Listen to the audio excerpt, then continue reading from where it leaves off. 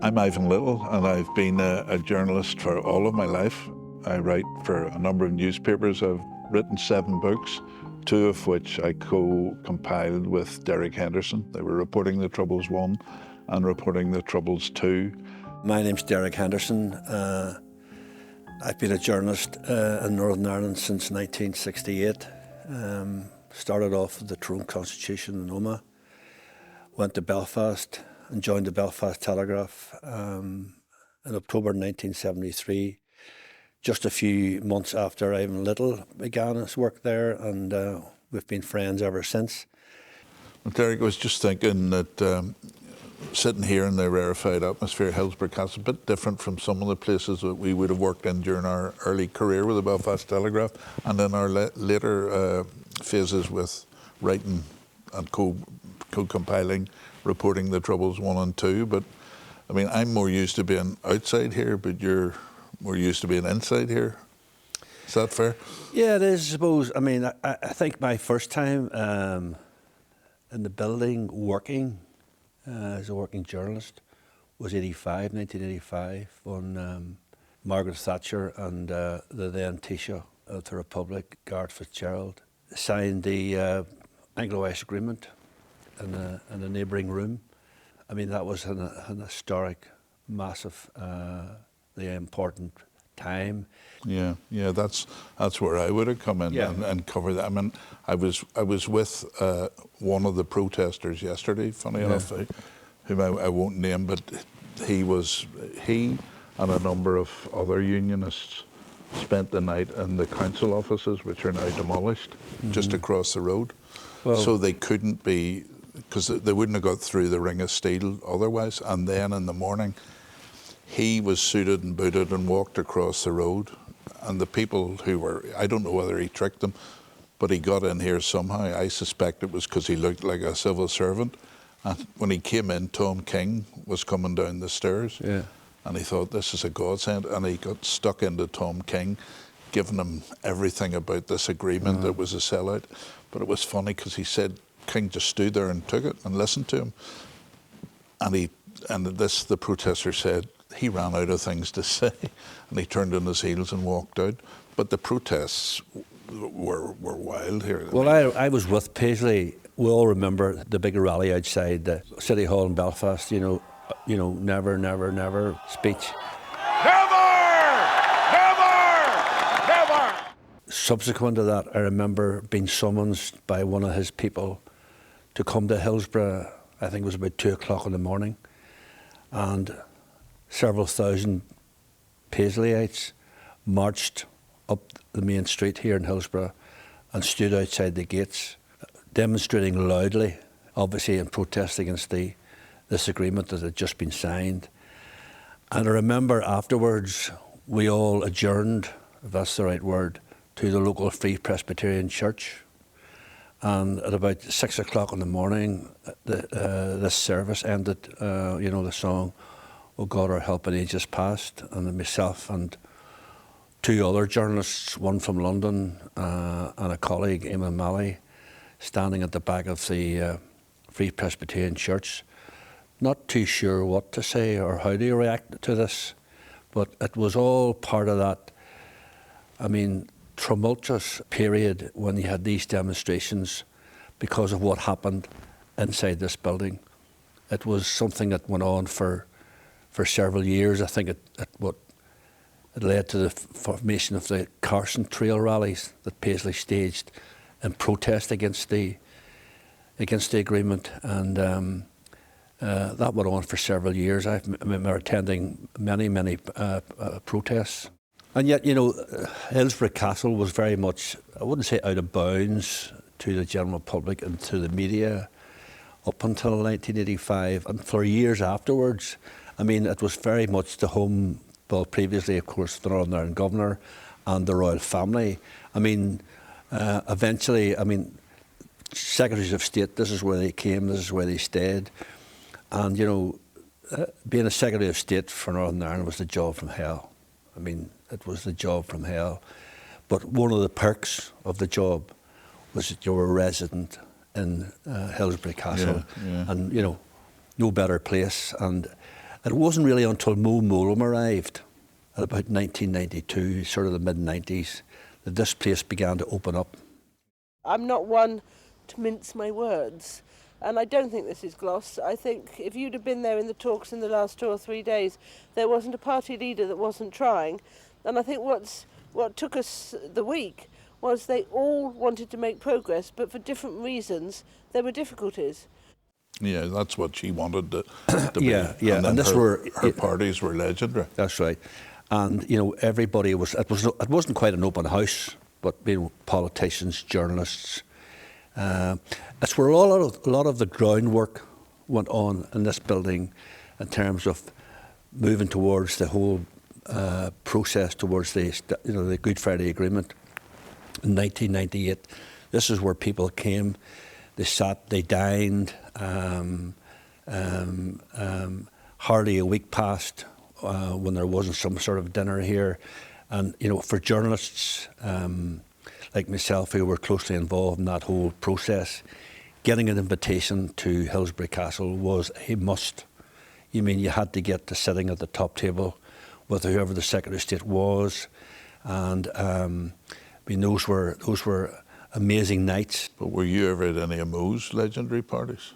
None of hers, no. None of hers. Because, I did a feature for the Belfast Telegraph after the end of lockdown, and some of the stories I picked up were hilarious. Cilla Black was here, they were all here, and they had a few cuffs across the road to start in the plough, and then they were here, but the parties must have been. Subsequently, Secretaries of State, would have dinner parties for journalists, and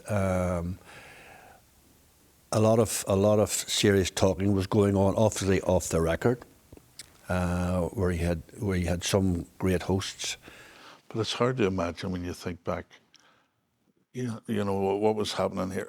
You know that I was a cynic about the peace process. Yeah. I paid you hundreds of pounds in debt, in bets, saying it would never last. Yeah. But when you think the history that was made here, like what I always remember was Blair's remark just outside the door. A day like today, it's not a day for sort of sound bites, really. We can leave those at home, but I feel the hand of history upon our shoulder in respect of this. I really do. And I just think we need to acknowledge that and respond to it. Now, maybe it's impossible to find a way through. Maybe even with the best faith in the world, you can't do it. But it's right to try. So I'm here to try. I'd read, when I was researching for the feature, Campbell said that Blair said that popped into his head. I would have thought he had that planned out on the car journey here. But it came to him on the steps, and afterwards Campbell said to him, "Catch yourself on." That was a bit trite, but that's what we all remember. Yeah, we do. And it all changed after that. But as well as the political side of things, the royal connections to here were quite. The joy on people's it didn't really move me, rock my boat, but the joy on people's faces when they saw the royals was amazing. Those garden parties, there were very few news angles ever to come out of them because it was the same old. Yeah. But I think the Northern Ireland office or whoever must have taken pity on me being at so many. They invited me to come along as a guest. Yeah. And I went home to my wife and I said, "We've been invited to a garden party." Of course, she was in her element and she bought the new dress, the new hat, and we came here and she was looking around her in amazement. And then I'm not sure it was a bleep or a phone call, but it was UTV had forgotten to send a reporter to cover it. Yeah. And they said, "We know you're there as a guest, but would you cover it for us?" Yeah. So I had to go to my wife and I said, "Listen, love, I have to work now. I have to work at this." Yeah. And I left her standing like a lemon in the middle of these people. Yeah. And I went off and worked on her day, but she still enjoyed it. Yeah. But I never actually got to experience a garden party all on my own. But it's amazing, the way things and how times changed, especially, after Good Friday. I was here for Ian Paisley's farewell dinner. He was standing down as First Minister, and I was invited. I think I was the only journalist here. And you can imagine this seat this place, you know, with so much tradition, history, much of it, you know, connected to the British royal family and, you know, the Northern Ireland state and so on. You know, and sitting at the next table is Gerry Adams and Martin McGuinness. I remember looking across at the table and seeing this gentleman. I won't say who it was, but he raised his glass to me, and it was just with water. Basically, Deric, cheers, good to see you, and I hope you have a very good night. And I'm looking at him and I'm saying to myself, change times. Can you imagine, though, that was going to... When I think back to 2003, when Paisley had me by the throat, when I dared to ask him live on television, because of Sinn Féin's successes, if he would talk to Sinn Féin now. And he grabbed me by the lapels and said, I will not speak to Sinn Féin, and anybody that's my party that speaks to Sinn Féin is out. I will never speak to... And then a few years later, he's sitting in government, and here he's being hosted and toasted.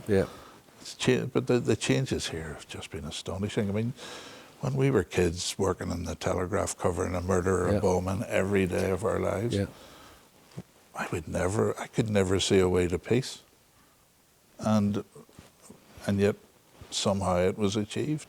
And so much of it probably, as you say, in quiet tones. And there's no doubt about it. This was where, you know, a lot of the groundwork went on, especially when Mo arrived. I mean, the whole dynamic changed completely. Blair's in office, right, and he's determined to start this place out come what may. And Mo's over here, and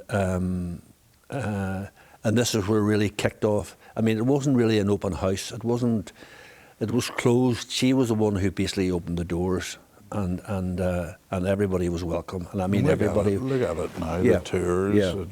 It's open now. But the one thing that I forget and had to be reminded was the Chastelaine announcing that the provost had disposed of their weapons. That was here. That's right. And someone far cleverer than me, he talked about having seen this happening, and somebody said, "Look at his shoes." And he'd obviously come from the burial of the weapons, because his shoes were covered in muck. He could have been out gardening or something the night before, but that was the story. He's come straight here. But that was another. That was like, think how significant that was. Huge, because, you know, that was one of the sort of, I mean, the Good Friday Agreement was fantastic, April 1998. But, you know, what we had to go through subsequent to that there, and one of the big, well, there were two big issues. One was guns, disposing of the weapons, and the other was the release of prisoners. And, you know, that took several years for that to sort of come together. But this place here, there's no doubt about it. I mean, Hillsborough, I mean, Parliament buildings, yes. Stormont Castle, yes. Castle buildings, where the agreement was signed, yes. But Hillsborough Castle, there's no doubt about it. Spade work. As where all the spade work, all the groundwork was done. And I can tell you what, if these walls could only talk, there'd be some stories. Absolutely. I mean, as part of that feature, I came and I was given a solo tour of this place. And having been in here, not as often as you, but to see the splendours of this place and the paintings, it's amazing.